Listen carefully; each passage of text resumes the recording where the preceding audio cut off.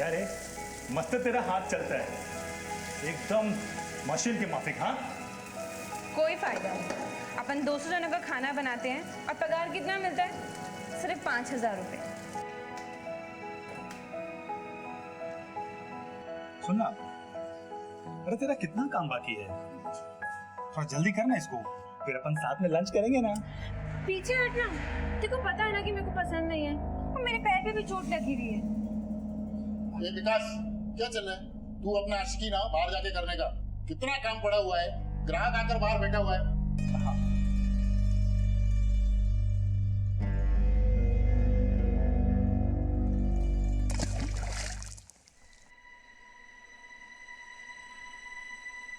स्नेहा, वो मैं क्या बोल रहा था कि तू और मैं, I mean, मैं और तू, हाँ बोलना। अपन के दिल में कुछ है तेरे लिए। हाँ तो फिर मेरे को क्या बोल रहे हैं? मेरी आई को बोलना। क्या? अरे तू पागल हो गई क्या? मैं तेरी आई को बोलूंगा आई लव यू?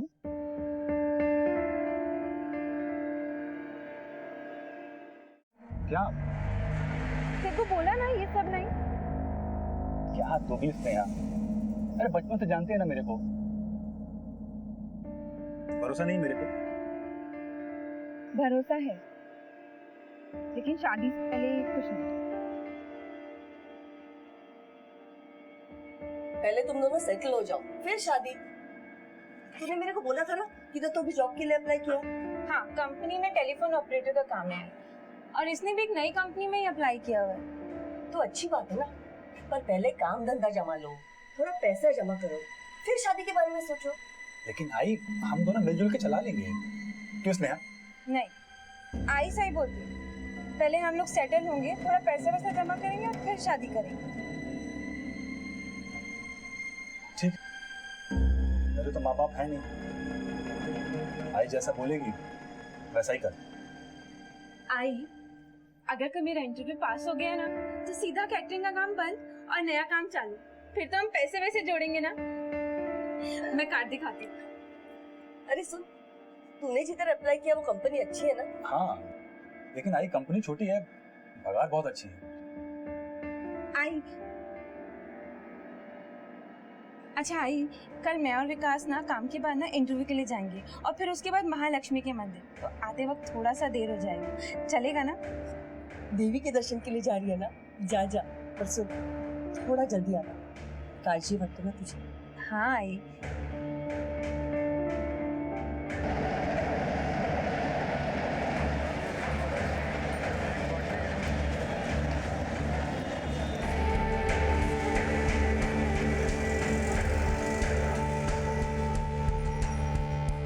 इंटरव्यू तो बहुत अच्छा हुआ है, बस ये नौकरी मिल जाए, इसलिए जाते जाते ना महालक्ष्मी के मंदिर जाएंगे और फिर तुरंत घर।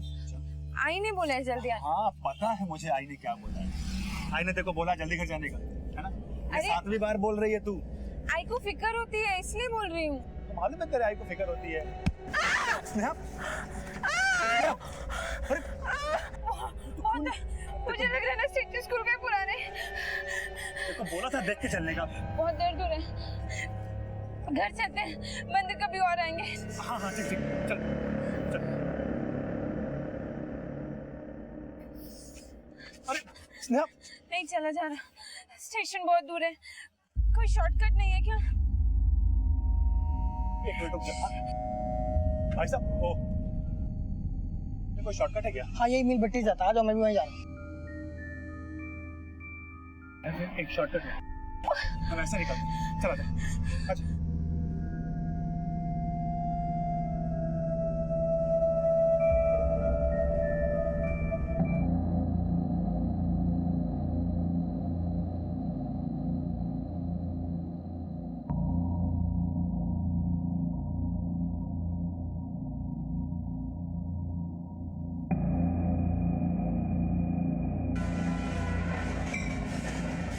दर्द हो रही है, चला भी नहीं जाए।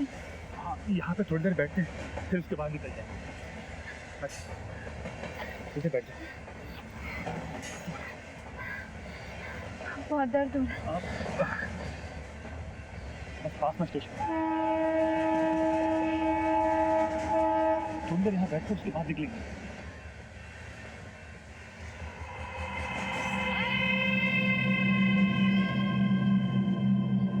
जगह बहुत सुनसान है विकास, हम लोग ना यहाँ से चलते हैं, चलो। लेकिन स्नेहा, आखिर तू चल भी तो नहीं पा रही है ना, तो थोड़ी देर यहाँ बैठ तो उसके बाद निकल लेंगे।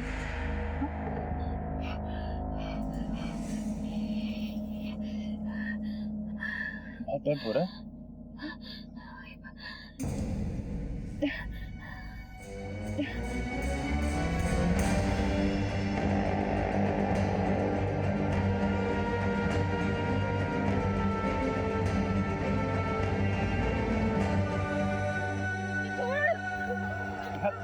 देख मेरी बात सुन, इसने मेरी बात सुन, इधर इधर देख, कुछ भी नहीं होगा, मैं सब संभाल लूंगा।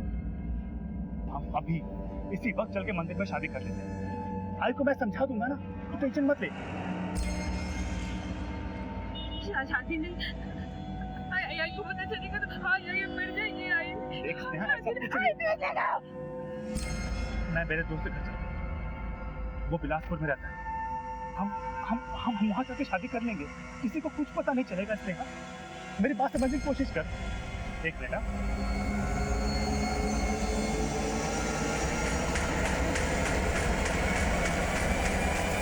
हेलो, हाँ माधव भाई, माधव भाई वो मुझे कुछ की जरूरत है, वो मुझे गांव जाना है क्योंकि बाबा बीमार है।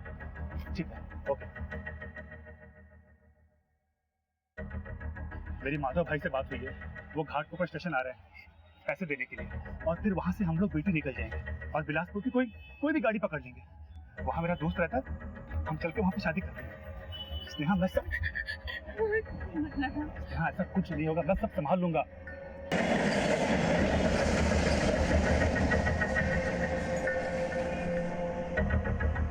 तू इधर रुक, मैं अंकल से पैसे लेकर के आता हूँ।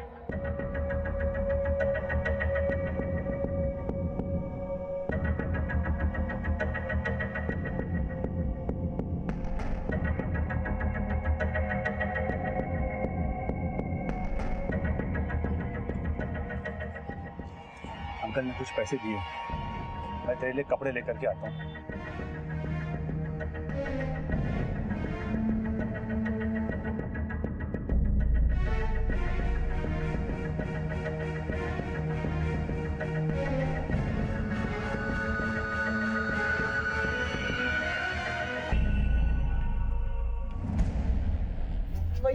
वही स्नेहा का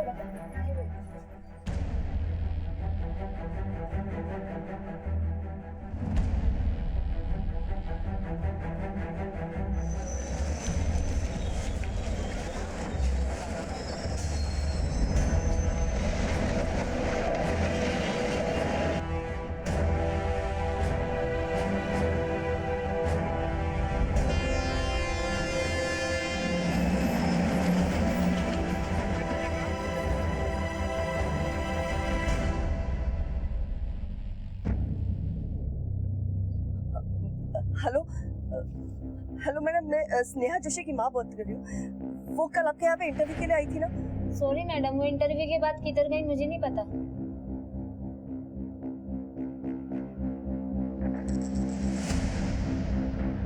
माधव जी, मैं स्नेहा की माँ बात कर रही हूँ। स्नेहा आई थी ना आपके पास कल? वो कल आई थी, लेकिन टाइम से थोड़ा जल्दी ही निकल गई थी, फिर कहाँ गई मुझे पता नहीं।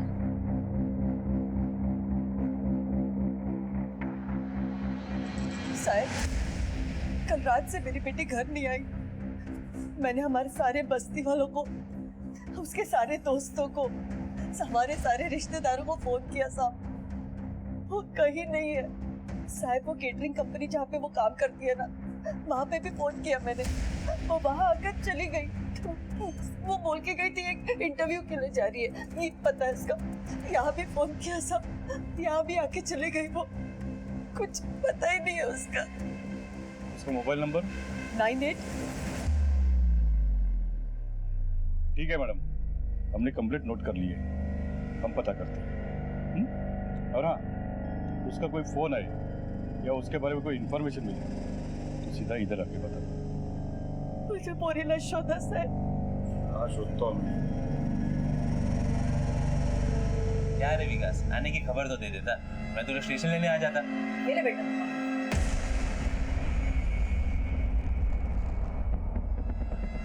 और चाहिए? नहीं नहीं, वो दरअसल मैं जल्दी में निकला तो सोचा कि दोस्त के घर पे जाता हूँ। अच्छा किया यहाँ चले आए, लेकिन सामान किधर है तुम्हारा? वो आंटी रास्ते में किसी ने मार लिया। ओ चल छोड़, कोई बात नहीं, मेरे कपड़े तू पहन ले, हाथ मुंह धो, माँ इसको मैं पूरा वाला कमरा दिखा देता हूँ। चल चल।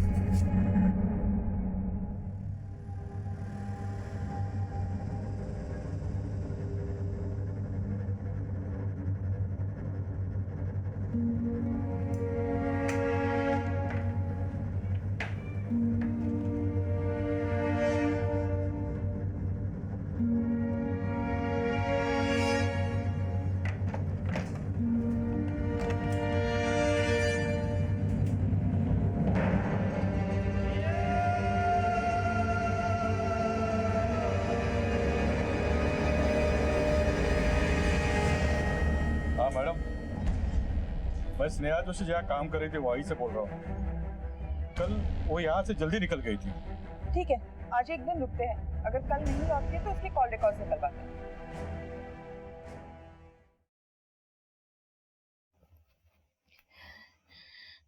सुनना, चल डॉक्टर के पास चलते हैं।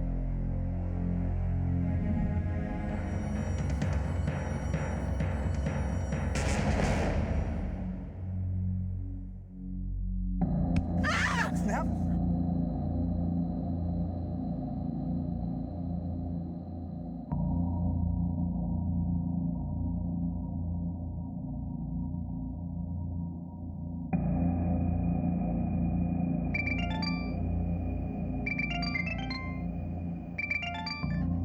स्नेहा, हेलो। आई आई कुठे आहेस तू बेटा? स्नेहा, तू ठीक तो है ना? मैं ठीक हूँ आई, बस थोड़ी सी बीमार हूँ। मला तुझी काळजी वाटते। कहाँ है तू? कुछ तो बोल अपने आई को। आई तू रो मत आई, मैं बिल्कुल ठीक हूँ। मैं ना आई विकास के साथ हूँ। स्नेहा, मैंने तो पुलिस में भी रिपोर्ट कर दिया है। पुलिस? नहीं आई, तू पुलिस को ये बोल कि मैं तुझे मिल गई हूँ। पुलिस को कुछ मत बताना। स्नेहा, हेलो।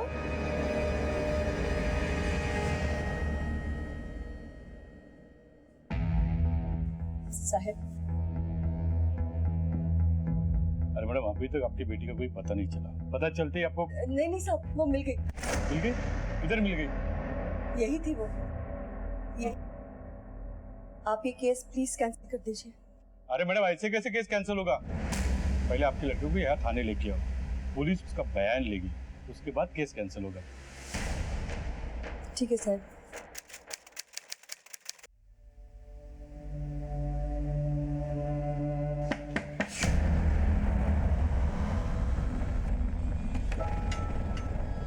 आ गई तुम्हारी बेटी? हाँ, वो काम पे गई है।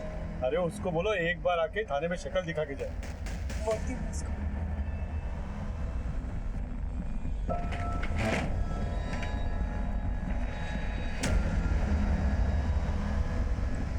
आप जिस नंबर को डायल कर रहे हैं वो इस समय स्विच्ड ऑफ है।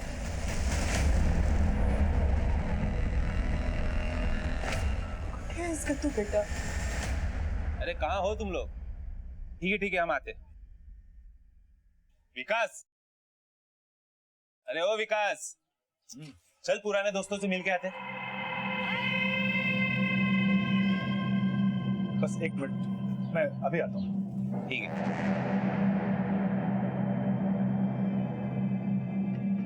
स्नेहा, मैं वो मनोज के साथ में बाहर जा रहा हूँ, तुम अंदर रहना।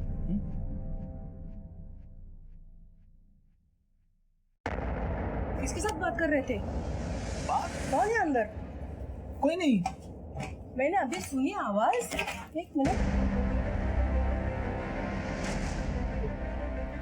ये लड़की कौन है? ये लड़की कब से रह रही है? तू कैसे जानता है इसको? मनोज, वो दरअसल हम दोनों ने भाग की शादी की थी, तो क्या? इसलिए उसको यहाँ पे छुपा के रखा। अरे लेकिन आंटी, मैं सब समझाता हूँ आपको। आप आओ ना।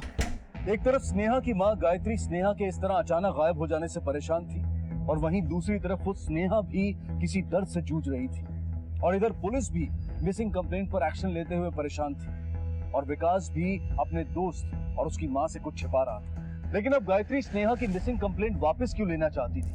आखिर माँ बेटी के बीच में क्या बातचीत हुई थी? पुलिस ने स्नेहा के बारे में 4-5 बार पूछताछ की, लेकिन क्यों गायत्री हर बार बहाना बनाकर टालती रही? क्या स्नेहा वाकई किसी मुसीबत में थी या फिर अपनी मुसीबत को छुपाकर वो किसी और बड़ी मुसीबत में फंसने वाली थी?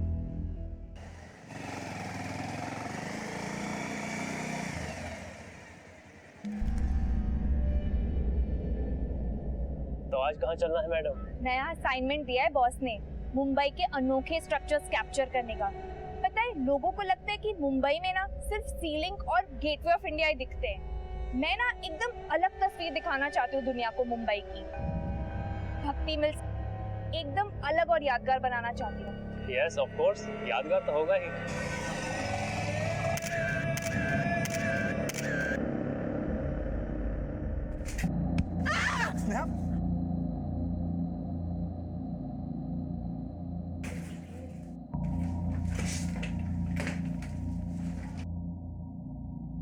मुझे मुंबई जाना है। क्या? आई से बात हुई है मेरी।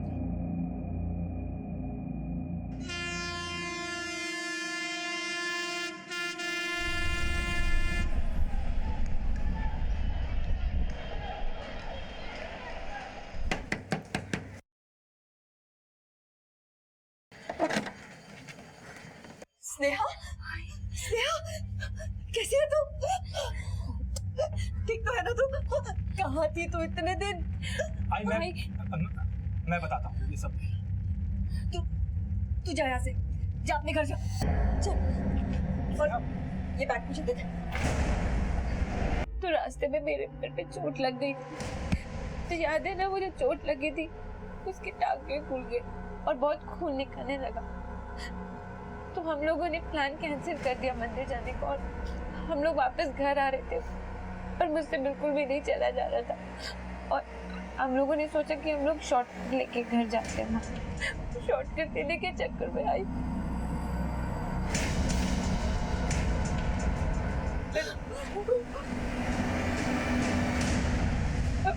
मुझे कुछ भी समझ में नहीं आ रहा था। किसी को कुछ कहने की जरूरत नहीं है। हम बस कल थाने जाएंगे और केस वापस ले लेंगे। किसी को कुछ पता नहीं चलना चाहिए, वरना ये समाज।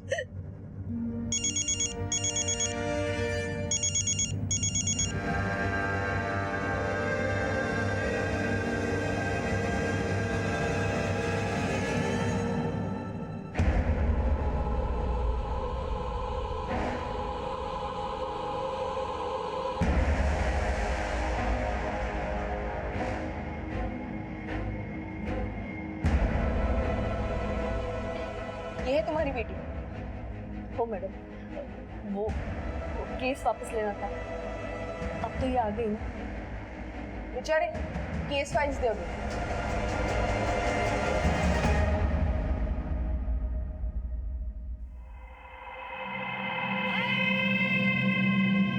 तुम यहाँ क्या कर रहा है? अरे वो क्या पूछ रही? मैं कब से उसको फोन करूं, फोन उठा ही नहीं रही मेरा। एक मिनट, इधर आइए। तुम भी।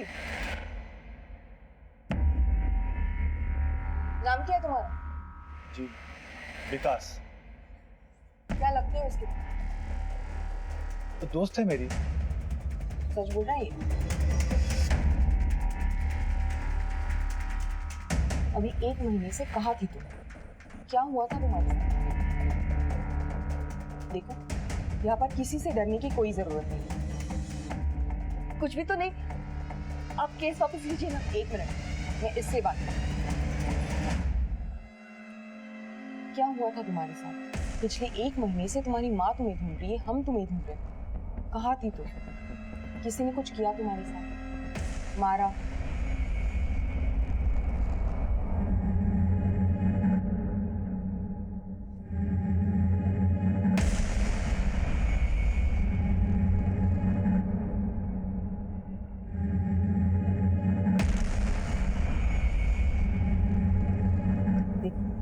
यहाँ पर किसी से डरने की कोई जरूरत नहीं। उस दिन जो कुछ हुआ वो सब बता दो।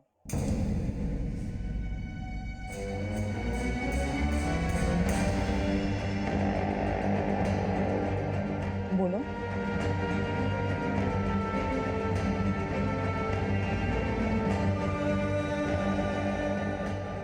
अब बताओ उस दिन हुआ क्या था? उस रोज जब हम लोग महालक्ष्मी मंदिर की तरफ जा रहे थे तो मेरे पैर में चोट लग गई थी और हम लोगों ने भक्ति मील वाले रास्ते से शॉर्टकट लिया रेलवे स्टेशन जाने के लिए। ये विकास भी मेरे साथ ही था। भक्ति सर, घाटकोपर पुलिस स्टेशन में हमने इस केस के संबंध में एक 0 FIR दर्ज किया है, लेकिन जहाँ पर ये वारदात हुई वो भक्ति मिल्स आपके पुलिस स्टेशन के अंडर आता है। ये रही केस की डिटेल्स।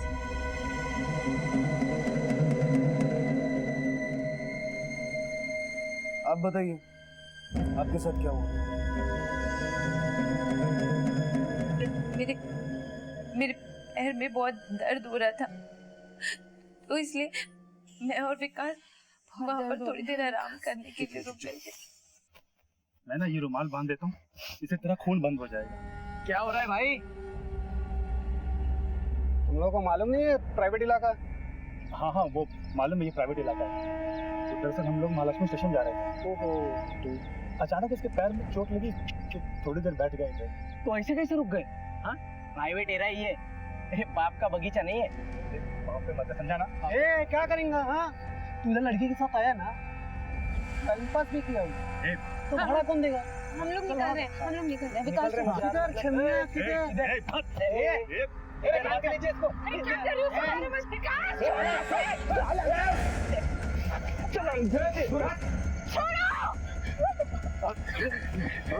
अरे किधर है तुम लोग? इधर नया मार आया एकदम हेलो छोड़ो मुझे, छोड़ो। और दूंगा विकास नाटक नहीं चाहिए मेरे को।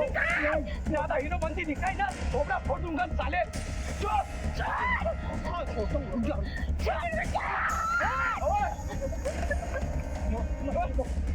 तू बटे ले क्या?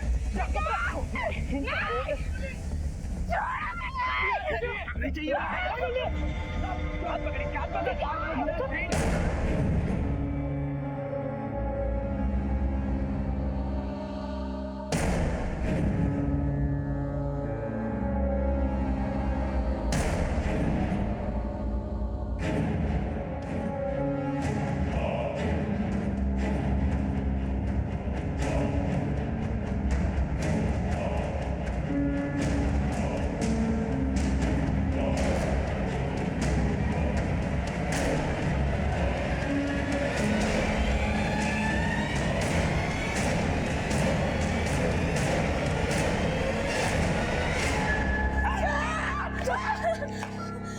बात बता, कपड़े मैं उतारूं या तू उतारे?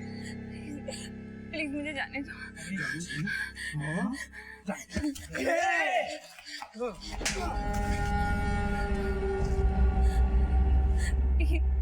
प्लीज मुझे जाने दो प्लीज। देख, जितना बोलता हूँ चुपचाप, मत्था मत खराब कर ले। भाई तू उतार, ठीक है? ये शुभ काम भी मैं ही कर रहा हूँ।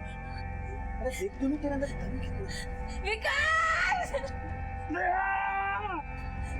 हेलो पंकज भाई, कहाँ है तू? जल्दी आ, माल आया।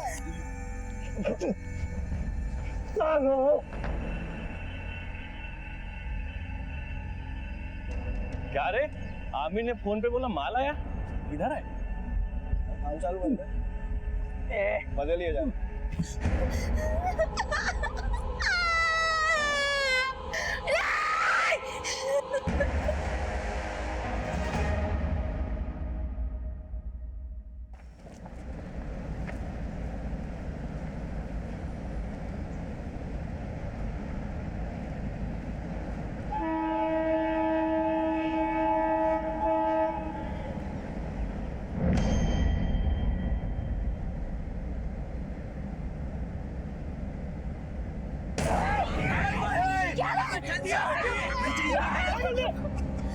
हाथ पकड़, इसके हाथ। इधर आइए।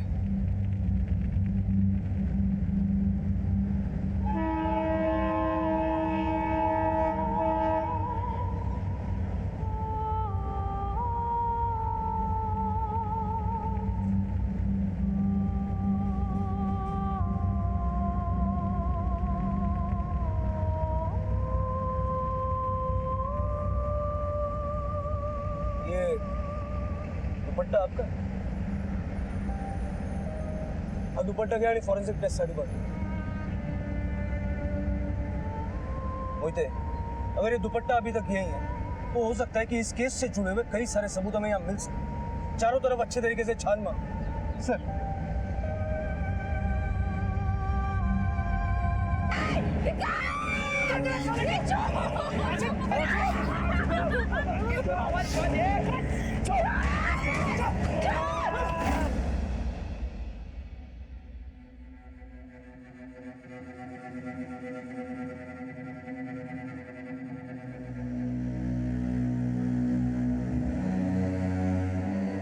ये सारी चीजें कलेक्ट करो और फॉरेंसिक टेस्ट के लिए भेजो। सर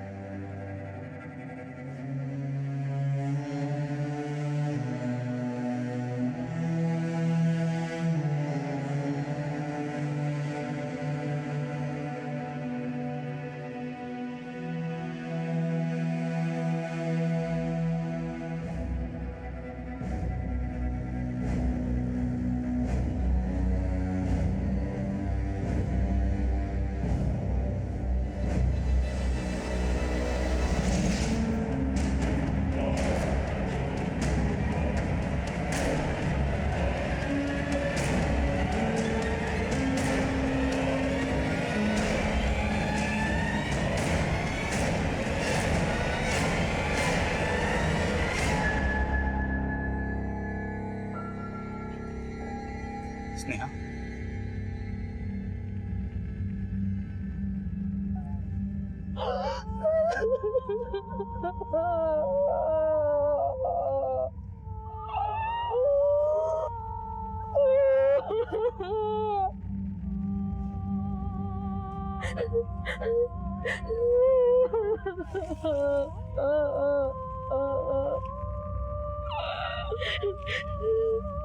साहब, वो घटना के बाद उन पांचों ने हम दोनों को इधर ही छोड़ दिया और फिर धमकी भी दी और उसके बाद वो लोग उस रास्ते से निकल गए। ये रोना धोना बंद कर, समझी? और जो बोल रहा हूँ ना वो कान खोल के ध्यान से सुन। अगर ये बात किसी को बताई, किसी को भी, तो घर में घुस के मारेंगे। नाम पता सब है हमारे पास, बाकी फोटो और वीडियो दोनों है, और सीधा इंटरनेट पर डालेंगे हम लोग, समझी? अब चुपचाप यहाँ से निकल, स्टेशन जा, गाड़ी पकड़ और घर जा। चलो वजीर भाई।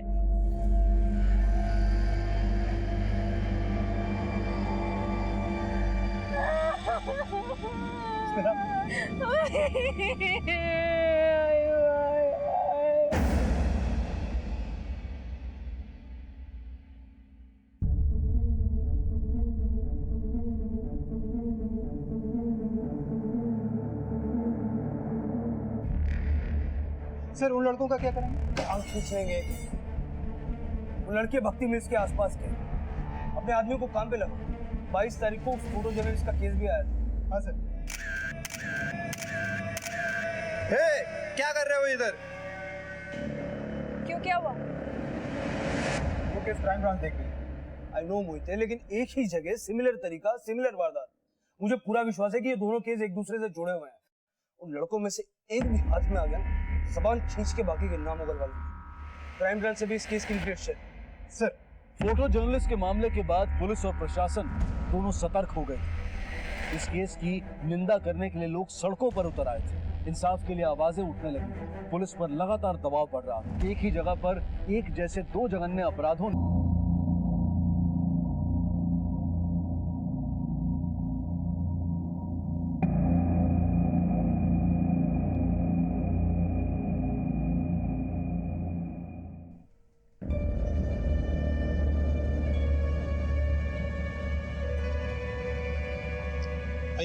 प्लीज बेटी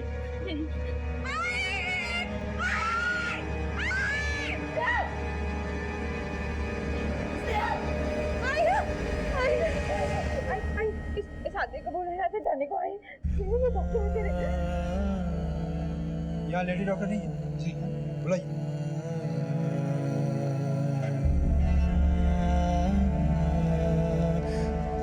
चलो आओ आओ कोई डरने की बात नहीं आओ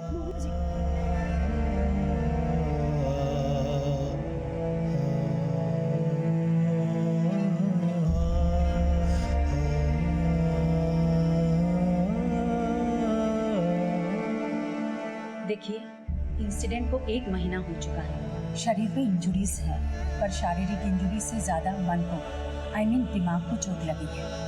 इसका साइकियाट्रिक एग्जामिनेशन होना जरूरी है, उससे बहुत कुछ सामने आएगा। ओके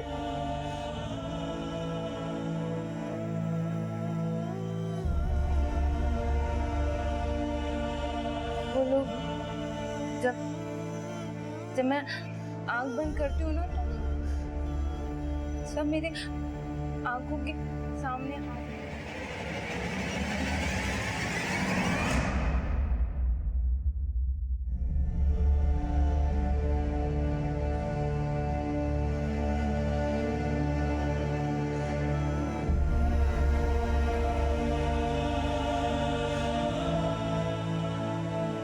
फोटो और वीडियो दोनों है हाँ? और सीधा इंटरनेट पे डालेंगे हम लोग।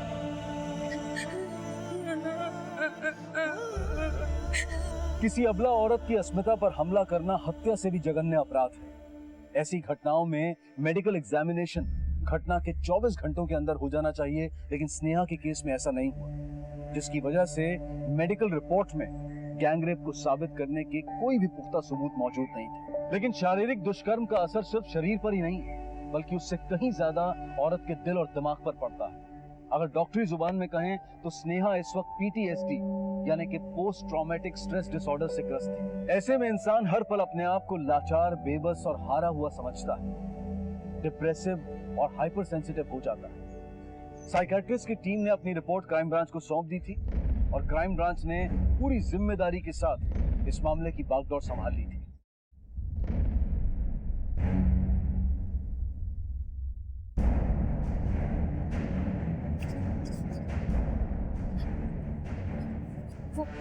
वो पांच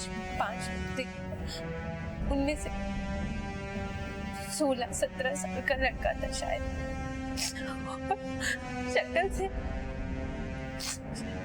शक्ल से वो सब ना गुड्डे थे और उसके बाद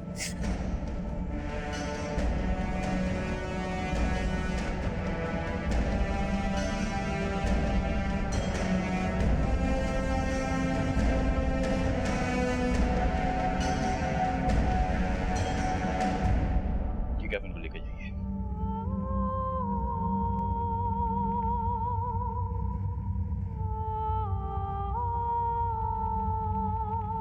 भक्ति मिल के पास में डिस्क्रिप्शन से मैच करते हुए जितने भी लड़के हैं सबको। पीड़ित लड़की सिर्फ एक लड़के का स्केच बनवा पाई थी। पुलिस ने भक्ति मिल्स के 2 किलोमीटर के दायरे में तकरीबन 150 लड़कों को टटोला और उनकी दिन रात की कोशिश से उन्हें आखिर कामयाबी मिल ही गई।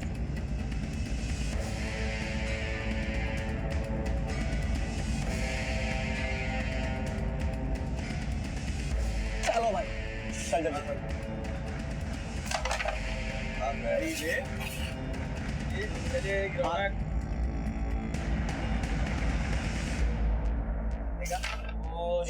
भाई भाई भाई एक कुछ काम में मिल जाए, कुछ काम याद आया अभी यार आ जाऊंगा, दोबारा आ जाऊंगा।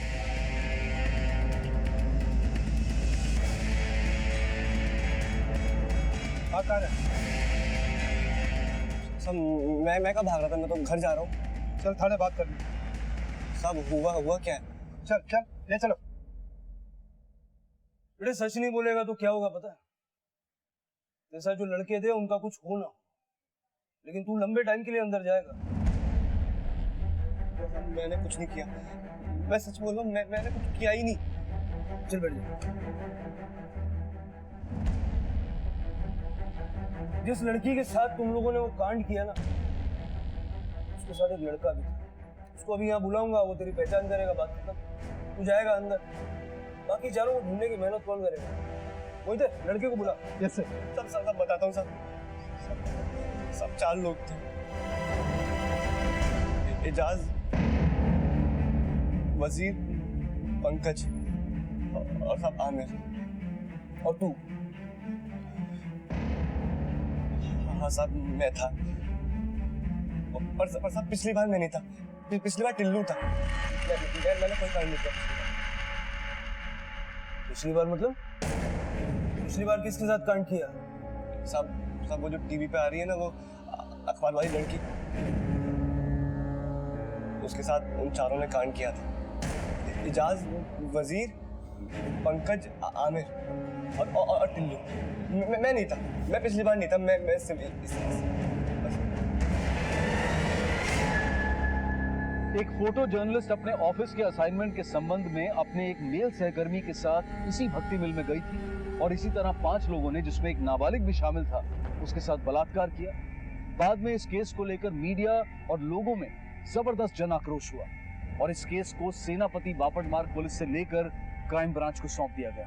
उस घटना में क्राइम ब्रांच के हाथ अब तक कोई आरोपी नहीं लगा था। दोनों केसेस में फर्क सिर्फ इतना ही है कि स्नेहा शहर छोड़कर बिलासपुर चली गई और उसका केस 1 महीने के बाद दायर हुआ, जबकि फोटो जर्नलिस्ट के मामले में घटना के अगले दिन से ही पुलिस हरकत में आ गई। पुलिस के हाथ अब आरोपी सनी लगा तो एक बेहद जटिल और संगीन सीरियल क्राइम की गुत्थी खुलने वाली थी। कल फोटो जर्नलिस्ट केस में इन्वॉल्व हमने एक लड़के को उठाया, जिसका नाम है टिल्लू। इसने वो सारे नाम बताए जो आपने बताए थे, वजीर, इजाज, आमिर। अलबत्ता इसने एक नया नाम बताया, पंकज। और ये पंकज जो है उस गैंग रेप में इन्वॉल्व है। सफर साहब, मुझे लगता है कि उस मिल में कोई रैकेट है। You are absolutely correct. ये एक रैकेट ही है। ये कमीने वहां घात लगा के बैठते हैं और आने जाने वाली लड़कियों का शिकार करते हैं। सर, पूरा मीडिया और पब्लिक पुलिस के पीछे हाथ धो के पड़ी है सर। शरद, वो तुम देखते जाओ इन कमीनों के साथ हम क्या करते हैं।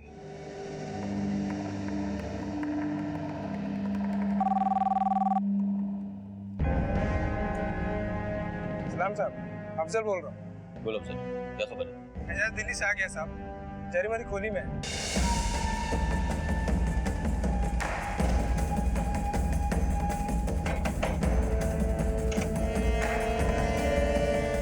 तेरा नाम इजाज? हाँ? अरे क्या हुआ साहब? साहब, अरे हाँ साहब, मैं मुमरा से बोल रहा हूँ। वो वजीर शेख है ना, जिसका टीवी पे न्यूज़ आया था, उसको मैंने देखा है उसकी गोली पे जाते हुए।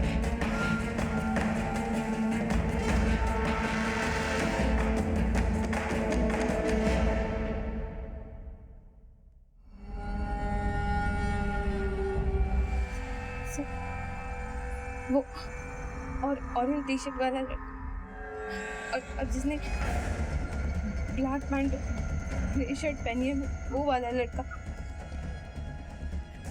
हाँ सर, वही दोनों है, बाकी इनमें से कोई नहीं है। सर, ये दोनों फोटो जर्नलिस्ट वाले केस में भी इन्वॉल्व है। 3 मिलने अभी और बाकी। उस साथ बिलासपुर जाने के लिए विकास ने अपने मालिक से 1500 रुपए लिए थे।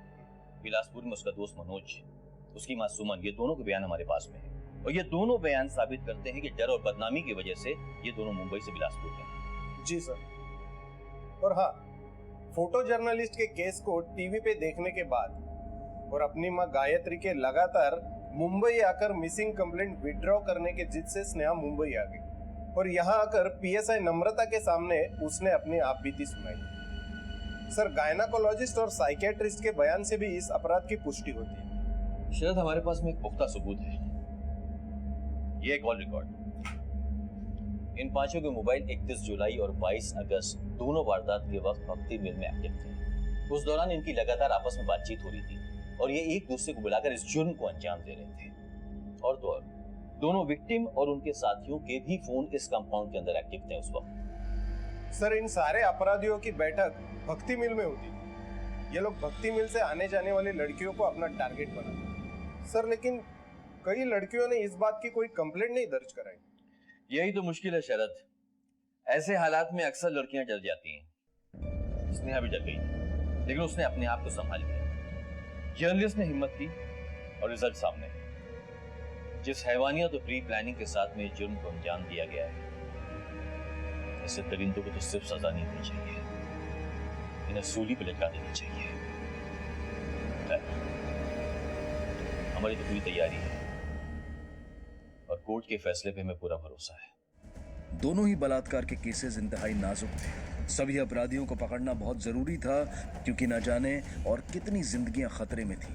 पुलिस ने कमर कस ली थी और दिन रात काम में जुट गई थी। सारी मशीनरी हरकत में आ गई थी। जागरूक नागरिकों ने हिम्मत का प्रदर्शन किया और एक के बाद एक मिलती इंफॉर्मेशन से सिर्फ 3 दिनों में पुलिस ने सभी मुजरिमों को धर दबोचा।